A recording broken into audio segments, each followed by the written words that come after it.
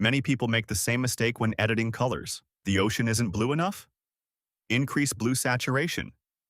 The skin isn't pink enough? Add more magenta. The leaves aren't green enough? Increase green. It sounds logical, but most of the time, that's exactly why your colors start looking muddy. Many people think increasing blue saturation is the best way to make water look cleaner.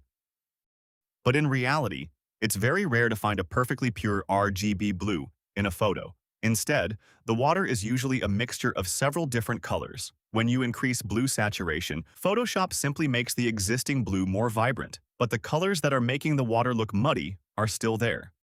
In the RGB color model, complementary colors naturally neutralize each other. As they move closer to balance, colors gradually lose their purity and shift toward more neutral tones. That's one of the main reasons colors start looking muddy instead of clean. So instead of pushing blue saturation even further, I'll switch to color balance.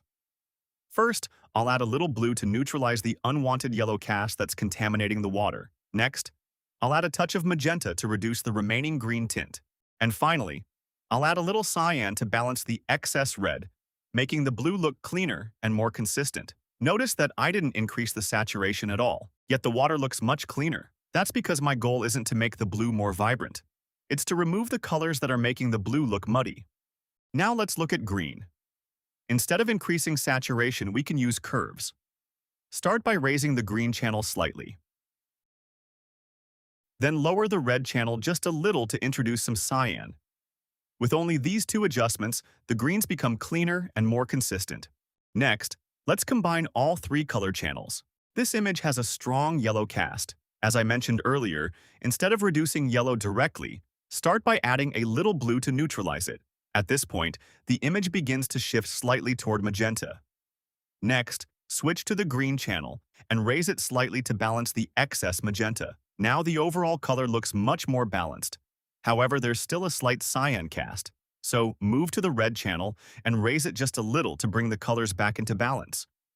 After adjusting all three channels, the overall image becomes slightly brighter.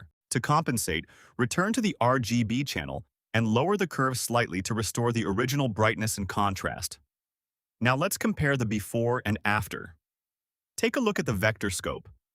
Notice how the color distribution becomes much tighter and more concentrated. Instead of being spread unevenly like before, the colors are now much more balanced. This shows that we're not relying on visual judgment alone. We're also controlling color by understanding how the RGB channels interact with one another. That's also why I rarely push saturation too far. Most of the time, the issue isn't a lack of color. It's that too many colors are competing with each other. Remove the ones that don't belong, and the colors naturally become much cleaner. Thank you for watching until the end.